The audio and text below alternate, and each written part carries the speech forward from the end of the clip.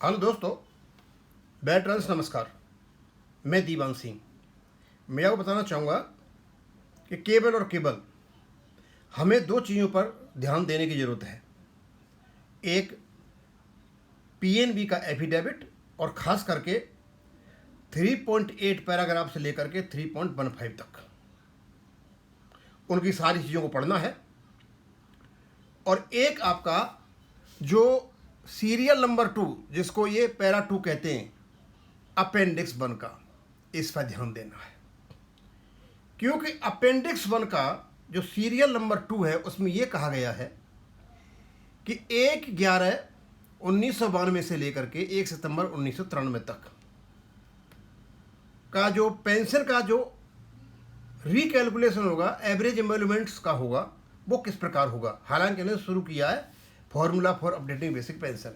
अब मैं ऑफिसर्स का नहीं लेता, मैं एम्प्लॉयज़ के हिसाब करता हूँ, बात तो एक ही है। ये इसमें कहते हैं रेगुलेशन, जो अपेंडिक्स 1 का सीरियल नंबर 2 है, ये रेगुलेशन का पार्ट है। और एडवोकेट ध्रुव मेहता जी ने यह कहा कि ये जो दे रखा है सीरियल नंबर 2, जो शुरू तो करते हैं अब formula for updated basic pension निकाल रहे हैं, वहाँ पे ये एवरेज एम्बेलमेंट 10 मंथ्स का जो रेगुलेशन 38, 35 2 और 2D का पार्ट है, इसी को कोरोबोरेट करने के लिए, इसी को सशक्त बनाने के लिए ये एफिडेविट लेकर के आते हैं। और उस एफिडेविट में ये क्या कहते हैं? इस एफिडेविट में कहते हैं 1/11/1992 से लेकर के 31/10/1997 यानी 6वां बेस सेटलमेंट जो 14/2/1995 को साइन हुआ था। यानी पीरियड वही है जो ऊपर दे रखा है, 1/11/1992 से लेकर के और 1 सितंबर 1993, यानी 6वां बेस सेटलमेंट की बात ऊपर हो रही, 6वें की नीचे हो रही है ये। और जो बीपीआर में अमेंडमेंट हुआ था, ये इसको जनवरी 2002 बताते हैं। तो मुझे ऐसा लग रहा है कि भारत सरकार ने जनवरी 2002 में अप्रूव किया और नोटिफिकेशन शायद 2003 में हुआ, इसलिए इसकी डेट में डिफरेंस आ रहा है। हमेशा हम यही कहते हैं कि अमेंडेड इन 2003, अमेंडेड 2003, तो ये फर्क हो सकता है। ये भारत सरकार ने इसको 2002 में अप्रूव किया, बहुत अच्छा है। यानी ऊपर जो सीरियल नंबर 2 में जो चीज़ दे रखी है, भारत सरकार ने उसको 2002 में अप्रूव किया, ये कहते हैं। और उसी समय क्लॉज नंबर 2 अपेंडिक्स 1 के 35 में इंट्रोड्यूस कर दिया गया, यानी ये जो है 2002 में किया गया, ये कहते हैं 2002 में किया गया। आगे जब चलते हैं तो ये कहते हैं कि ये जो अमेंडमेंट किया गया था, फर्स्ट अमेंडमेंट था ये 35 में, was to prescribe the method to work out basic pension respect of those eligible employees in respect of whom the 10 month time spend for calculation of basic pension falls into. मतलब ये जो amendment हुआ 2002 में, इस काम के लिए था कि 10 महीने के एवरेज एमेंडमेंट्स को निकालने के लिए था। और यही काम इन्होंने सीरियल नंबर 2 में किया है, ये मान के चलते हैं।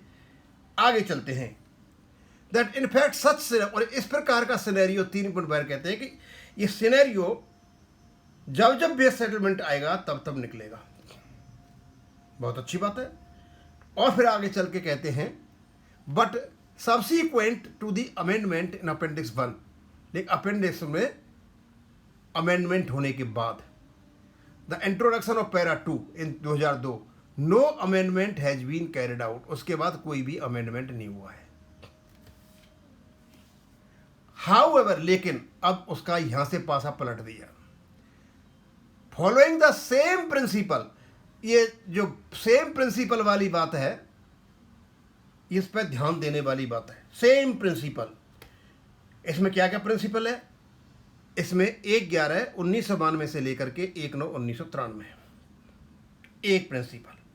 अगला जब करोगे तुम तो 1/11/1997 से लेकर के 1/9/1998। आगे करोगे आप 1/11/2002 से लेकर के 1/9/2003 में एम्प्लॉयज का ले रहा हूँ, ऑफिसर की जरूरत नहीं लेने की। हर 5-5 साल जोड़ते जाओ। उसके बाद 1/11/2007 से लेकर के 1/9/2008, 1/11/2012 से लेकर के और 1/9/2012 2017, और 1/11/2017 से लेकर के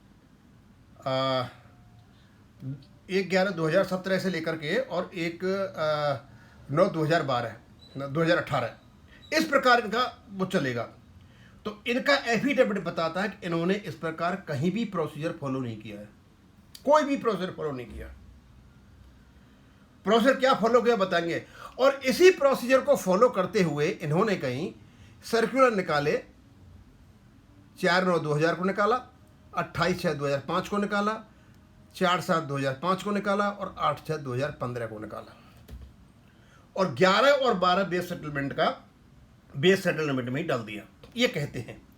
लेकिन जिस प्रकार का प्रोसीजर इन्होंने सीरियल नंबर 2 में दे रखा है, जो डेट दे रखी है जिस प्रकार से, ऐसा कहीं भी नहीं दे रखा है, एक बात। दूसरा, जो भी सर्कुलर निकाले हैं उनमें कहीं इन्होंने रेफरेंस नहीं दिया है कि इसको निकालने के लिए हम सीरियल नंबर 2 अपेंडिक्स 1 का फॉलो कर रहे हैं, कहीं भी नहीं दिया है, अपने हिसाब से करते रहे। और ये 4/9/2000 का जब मैंने सर्कुलर पढ़ा तो मुझे तो कहीं दिखाई नहीं दिया इनका कुछ भी। वैसे ही बताते हैं 4/9/2000 को जो सर्कुलर निकाला था 10 महीने की एवरेज मेलमेंट निकालने के लिए। उसके बाद के कोई कैलकुलेशन करते हैं 1/4/1998 से लेकर के और 31/12/2002 तक। अब मुझे पता नहीं ये किस चीज़ का सर्कुलर है। 1/4/1998 ये तो कितना 4 साल का हो गया, 1/4/1998 लेकर के 8 साल का हो गया। लेकिन यहाँ तो 10 महीने का, 11 महीने का दे रखा है बस। जो ओरिजिनल जो रेगुलेशन है उसमें तो केवल और केवल 11 महीने का पीरियड दे रखा है। तो सेम प्रिंसिपल तो इन्होंने नहीं अप्लाई किया। आगे जब 1/4/1998 से लेकर के 31/12/2000 तक की ये बातें करते हैं, अब ये तो मामला ही दूसरा हो गया कि सेम प्रिंसिपल की जब बात करते हो, सीरियल नंबर 2 में जो दे रखा है रेगुलेशन में, उसको याद करते हो तो डेट वाइज करते। लेकिन यहाँ जो इन्होंने 98 वाला जो दे रखा है, मुझे ऐसा लगता है कि कुछ पे डेफिनेशन में कुछ फर्क आया था 1/4/1998 और 30/4/2005 तक, इसके बीच में कुछ हुआ है। उसके बीच में ये एवरेज निकालने के लिए एवरेज निकाले गए, लेकिन उसका संबंध इससे तो बिल्कुल नहीं है जो सीरियल नंबर 2 से है। इसका मतलब ये हो गया कि इन्होंने इसको फॉलो करते हुए कोई भी 11 महीने या 10 महीने का कुछ भी नहीं निकाला, क्योंकि ये अंडरस्टूड था। ये जो मैकेनिज्म थी ऑलरेडी थी इनकी, जो भी थी, तो ये उसके आधार पे था। तो अब ये सवाल उठता है कि जिस प्रकार की ये झूठ बोल रहे हैं कि ये 2002 में अप्रूव हुआ और ये 10 महीने के लिए निकालने के लिए था, इस प्रकार का प्रोसीजर हर बेस सेटलमेंट में आता है, और जब इस अमेंडमेंट हो गया उसके बाद कोई नहीं निकाला। लेकिन आईबीए ने सर्कुलर निकाले उसके बेस पे, तो सर्कुलर या किसी के बेस पे निकाले आईबीए ने, लेकिन जो सीरियल नंबर 2 का जो बेस है, जो प्रोसीजर है, वो इन्होंने कहीं भी नहीं अपनाया है। सीधा सीधा मतलब है कि सीरियल नंबर 2 एक्चुअली में है ही नहीं अपडेशन उसका एवरेज मेरिट निकालने का, क्योंकि उसकी जो लैंग्वेज है ना वो अलग प्रकार की है।